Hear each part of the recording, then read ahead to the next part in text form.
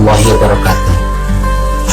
Halo anak-anak, gimana kabarnya hari ini? Mudah-mudahan kita semua berada dalam lindungan Allah Subhanahu wa Ta'ala. Amin ya rabbal alamin. Pada kesempatan ini kita akan belajar tentang cerita fantasi. Ada yang tahu apa itu cerita fantasi? Untuk memahaminya, marilah kita saksikan video berikut.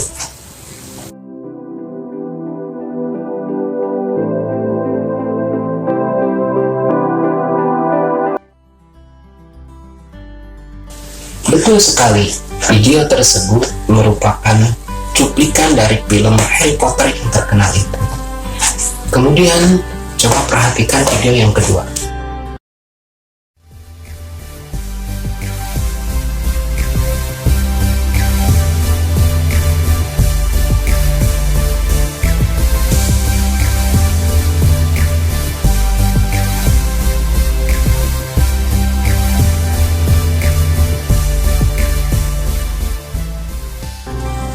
Video yang kedua itu merupakan cuplikan dari cerita fantasi Jack dan Pohon Kacang Ajaib.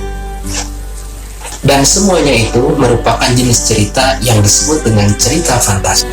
Setelah kalian melihat dua tayangan video tadi, kalian tentu tahu apa itu cerita fantasi.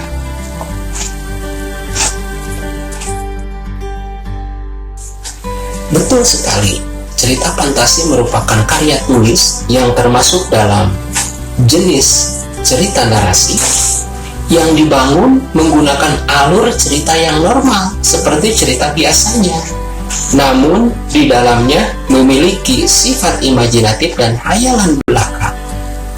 Dalam cuplikan tadi, kita lihat manusia bisa terbang menggunakan sapu, atau ada makhluk-makhluk yang separuh manusia dan separuh hewan.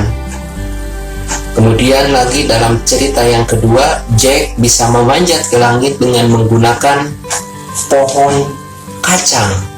Itu kan sesuatu hal yang mustahil terjadi di dunia nyata. Itulah yang dinamakan dengan cerita fantasi. Lalu, apa sih unsur-unsur dari cerita fantasi? Seperti kebanyakan cerita pada umumnya, cerita fantasi dibangun berdasarkan beberapa unsur. Yang pertama adalah tema. Apa tema? Tema itu ide cerita yang mendasari cerita tersebut. Yang kedua adalah alur. Alur itu jalannya cerita, mulai dari awal, kemudian kalau di tokoh, si tokoh mengalami suatu masalah memuncak, kemudian ada klimaks dan ending. Yang ketiga, ada tokoh dan penokohan.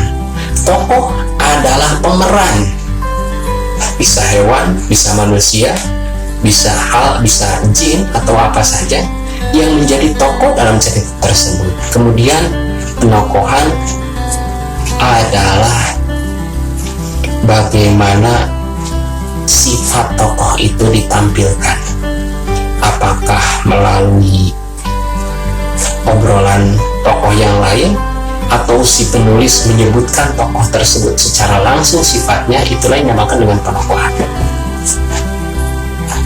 Yang selanjutnya ada latar. Apa itu latar? Latar adalah tempat dan waktu terjadinya suatu peristiwa. Makanya nanti ada latar tempat dan ada latar waktu. Lalu selanjutnya ada sudut pandang. Sudut pandang adalah cara si penulis bercerita. Apakah dia menjadikan dirinya sebagai tokoh dalam cerita tersebut, atau dia hanya menceritakan orang lain saja. Makanya nanti di sudut pandang ada dinamakan dengan sudut pandang Ahwan dan sudut pandang dia anak. Yang selanjutnya ada amanat. Amanat itu pesan moral yang ingin disampaikan penulis kepada pembaca kalau di tulisan. Kalau di film, pesan moral yang ingin disampaikan penulis pada si penonton, yang memiliki alur yang normal dari paparan yang telah Bapak sampaikan tadi dapat disimpulkan bahwa cerita fantasi merupakan sebuah cerita yang termasuk cerita narasi yang memiliki alur yang normal seperti biasanya. Ada awalnya, kemudian ada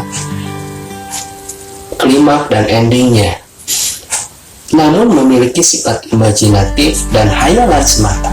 Selain itu, unsur-unsur yang membangun cerita fantasi itu, yang pertama ada tema, yang kedua ada tokoh dan penokohan, yang ketiga ada latar, yang keempat ada sudut pandang, yang terakhir ada lebih memahami apa itu cerita fantasi. Silahkan kalian baca sebuah cerita fantasi pada link berikut ini.